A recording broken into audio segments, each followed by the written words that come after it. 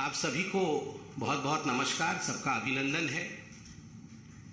आज सुबह से अखबारों में जो सुर्खियां आई हुई हैं वो हम सबको एक कहानी बयां करती है। और आज की जो कहानी अखबार सुना रहे हैं वो कहानी एक महाराज और उसके महल की है। एक ऐसा महाराज जो बेशर्म है, एक ऐसा महाराज जिसके केवल महल की रिनोवेशन की कहानी नहीं है, ये पूरे के पूरे उसके आइडियोलॉजी और उसके पार्टी के लोग, उसके पार्टी के सोच के रिनोवेशन की कहानी। ये वो महाराज है जो न जाने कहां से आवाज निकालते थे और कहते थे, मैं कुछ नहीं लूंगा, मैं घर नहीं लूंगा, मैं बंगला नहीं लूंगा, मैं गाड़ी नहीं लूंगा, मैं लाल बत्ती कार नहीं लूंगा, मैं सरकारी गाड़ी नहीं लूंगा, मैं सिक्योरिटी नहीं लूंगा। कुछ नहीं से सब कुछ ले लूंगा जी। ये उस महाराज के रिनोवेशन की कहानी है। केवल महल का रिनोवेशन नहीं हुआ, महाराज के मानसिकता का रिनोवेशन, कि किस प्रकार से कुछ नहीं लूंगा जी से सब कुछ लूट लूंगा, कुछ नहीं छोड़ूंगा। ये जो परिवर्तन हुआ है, ये उस महाराज की कहानी आज हम बयां करने वाले हैं। याद करिए, दुबले पतले से वो महाराज, डबल एक्सेल का शर्ट और उसके ऊपर ये कलम, जिस कलम में केवल एक बार ही रिफिल भरा गया था। जब 2013 में महाराज ने ये दस्तावेज साइन किए थे, एफिडेविट दिया था। ये महाराज का दस्तावेज एफिडेविट है, एक ही बार इस कलम में रिफिल भरा गया है।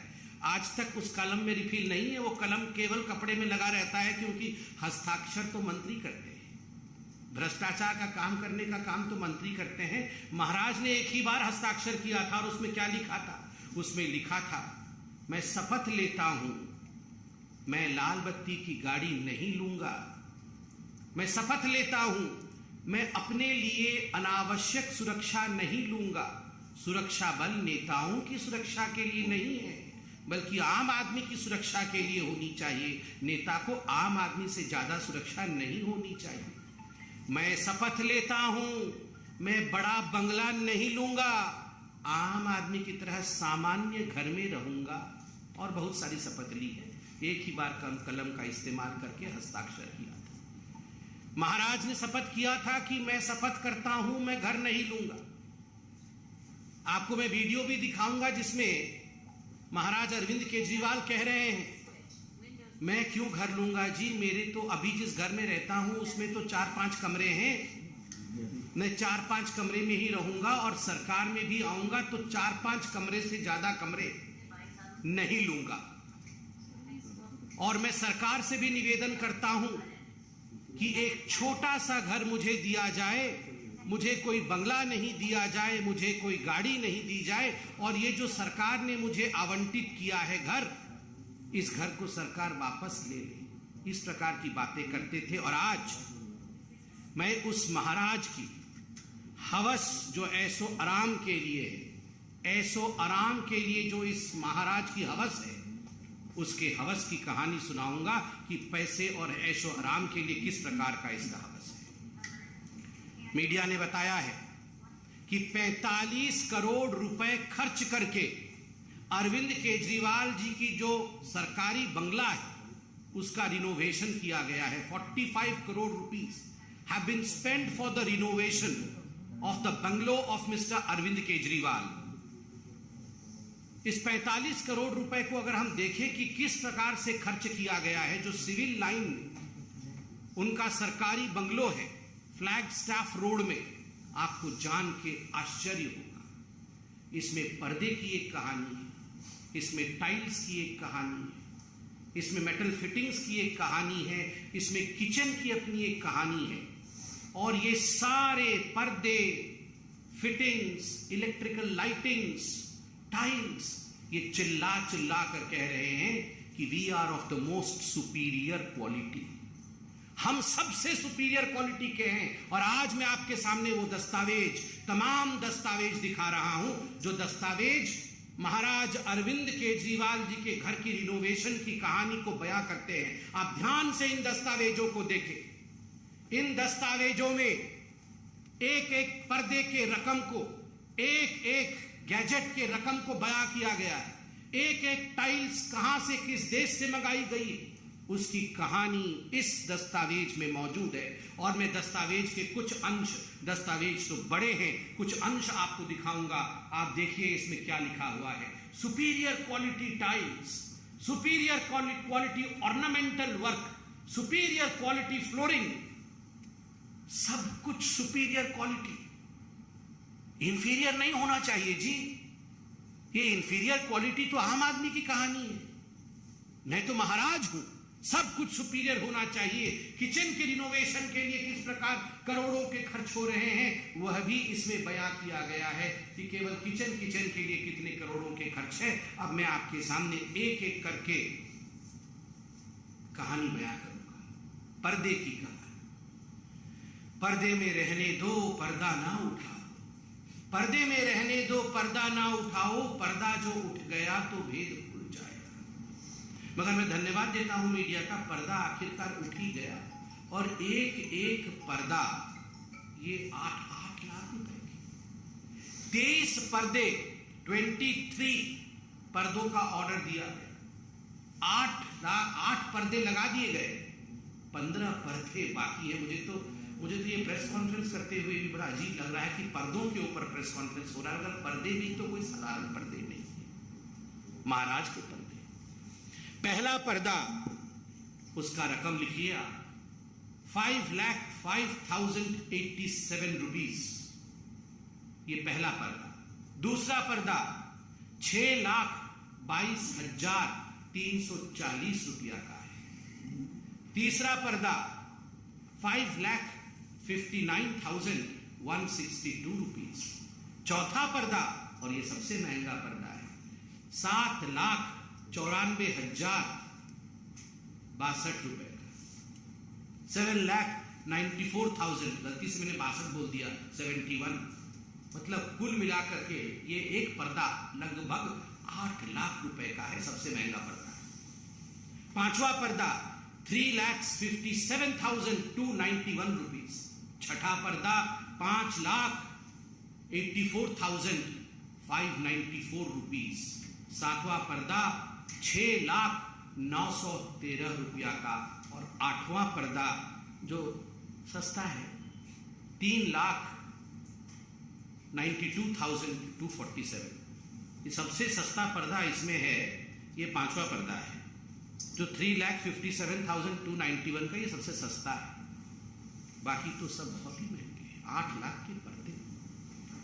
महाराज की कहानी सोच के देखिए, अरविंद केजरीवाल जी की 8-8 लाख रुपए के पर्दे लगा रहे हैं। ये तो पर्दे की कहानी है। ये वही अरविंद केजरीवाल है जो गले में मफलर लगा के आते थे, पुरानी कार में आते थे। और इनके सारे मंत्री, याद करिए, जब शपथ ग्रहण समारोह रामलीला मैदान में हुआ था तो सारे ऑटो में लटक के आए थे।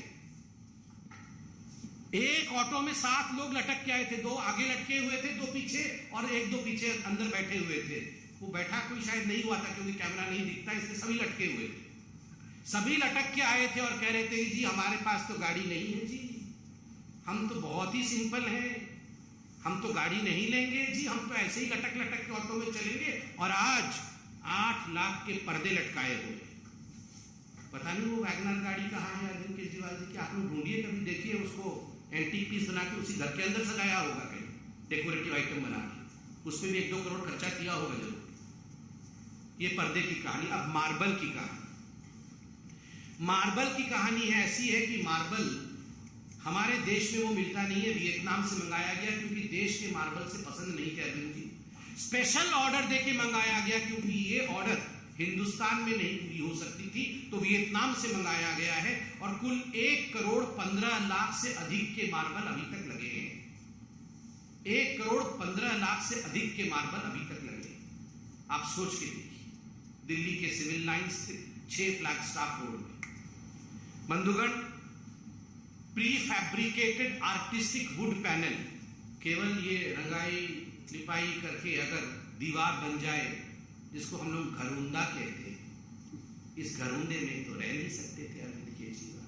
तो प्री फैब्रिकेटेड वुडन वॉल्स, ये साधारण दीवारें नहीं होनी चाहिए, वुडन वॉल्स प्री फैब्रिकेटेड, तो उस पर खर्च किया गया 4 करोड़ 37,37,000, लगभग 5 करोड़ रुपए आपने केवल दीवारों पे वुड लगाने के लिए खर्च कर दिया है। क्या आलीशान बड़े बड़े राजे महाराजे, वो भी अब सर झुका करके खड़े होंगे, जय हो अरविंद केजरीवाल जी की, आप तो हम सबके पिताजी निकले। मतलब हमारे दीवार पर भी इस प्रकार का सामान नहीं लगा हुआ था जो आपने लगाया। महाराज अरविंद केजरीवाल चक्रवर्ती, मतलब ऐशो आराम में चक्रवर्ती सम्राट निकले। फिर प्री फैब्रिकेटेड आर्टिस्टिक स्टोन, केवल ये वुडन पैनलिंग लगाने से खुश नहीं हुए, आर्टिस्टिक स्टोन्स जो हम लोग सुनते थे कि महलों में वो रत्न अलंकार जड़ित होते थे, उस प्रकार से आर्टिस्टिक स्टोन वर्क किया गया, जिसमें 58,58,555 रुपए, 58,58,555 रुपीज ये स्टोन्स, प्री फैब्रिकेटेड स्टोन्स लगाने में खर्च हुआ। तो आप सोच के देखिए, 5-6 करोड़ की दीवारें अरविंद केजरीवाल जी ने बनाई है।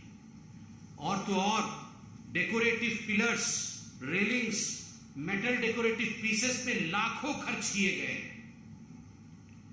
बंधुगण, कुल मिलाकर के ये सब 45 करोड़ रुपए का खर्च करके, मगर अभी इस कहानी का सबसे दर्दनाक मोड़ जो मैं आपके सामने रखने वाला, the most pathetic issue as far as the renovation of this whole महल of Arvind Kejriwal ji is concerned, कि ये उस समय रिनोवेट हो रहा था जब कोरोना की महामारी से पूरे दिल्ली में हाहाकार मचा हुआ था। मैं डेट के साथ आपको पूरा पीस रखूंगा, आपके सामने पूरे आंकड़े रखूंगा। आज समझ में आ रहा है कि अरविंद केजरीवाल जी जिस समय दिल्ली में ऑक्सीजन सप्लाई केंद्र तो कर रही थी, टैंकर तो आ रहे थे, मगर टैंकर अस्पतालों तक पहुंच नहीं पा रहे थे। क्यों? लोगों को, आम आदमी अपने घर बेच रहा था इलाज के लिए, क्योंकि अरविंद केजरीवाल जी अस्पताल में बेड नहीं दे पा रहे थे। उस समय अरविंद केजरीवाल जी अपने महल के रिनोवेशन में व्यस्त थे। 1 सितंबर 2020 जब कोविड का पहला चरण, पहला वेव चल रहा था, तब रिनोवेशन के लिए 7 करोड़ 91 लाख रुपए सैंक्शन किए गए। 8 जून 2021 को जब ऑक्सीजन सिलेंडर के लिए दिल्ली में हाहाकार मचा हुआ था, उस समय 1 करोड़ 64 लाख रुपए अरविंद केजरीवाल जी के महल के रिनोवेशन के लिए सैंक्शन किया गया।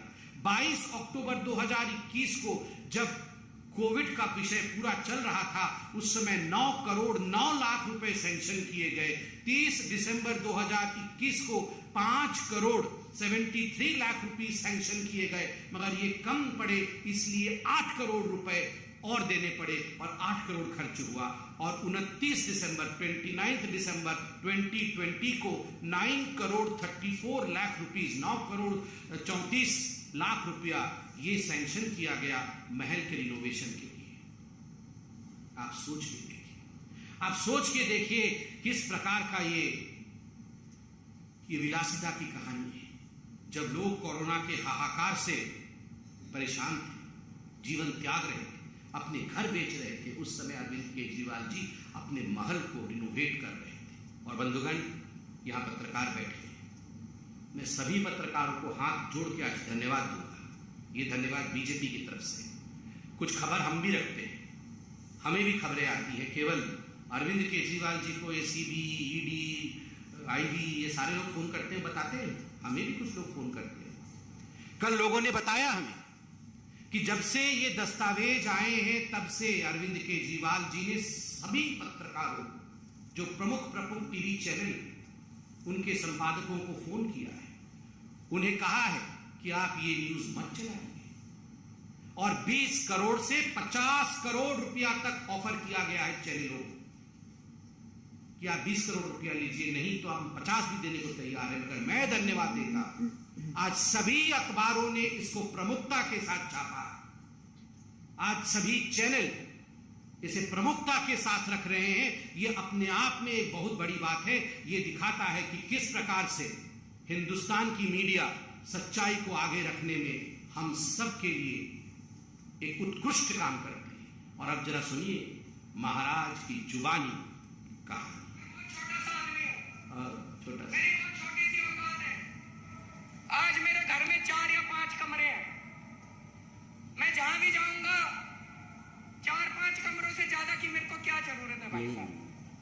4-5 कमरे ही चाहिए। हाथ पैर पसारने के लिए उतनी जगह चाहिए, और जगह की क्या जरूरत है? कल से मेरे कई चाहने वाले, मेरे दोस्त और मेरे हमारे जो पार्टी के सपोर्टर्स हैं, उन लोगों के मेरे पास फोन आए, उन लोगों के और जो जनता के भी फोन आए, उनके मैसेजेस आए मुझे, और उन्हें लगा कि मुझे ऐसे घर में नहीं जाना चाहिए।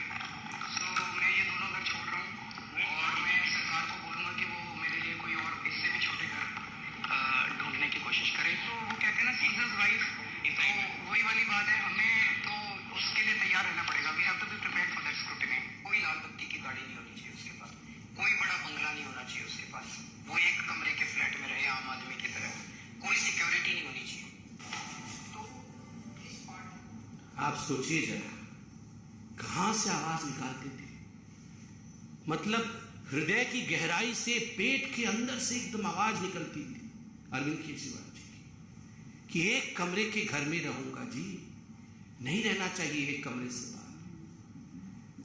मैं तो सिर्फ उतना ही, मुझे उतना ही स्थान चाहिए, पैर पसार लूं बस, मेरा पैर बस दीवार से ना लगे, दीवार और पैर के बीच में इतनी जगह होनी चाहिए, बस उतना ही जगह चाहिए। कहां से ये आवाज निकालते थे और कहां से कहां पहुंच गए।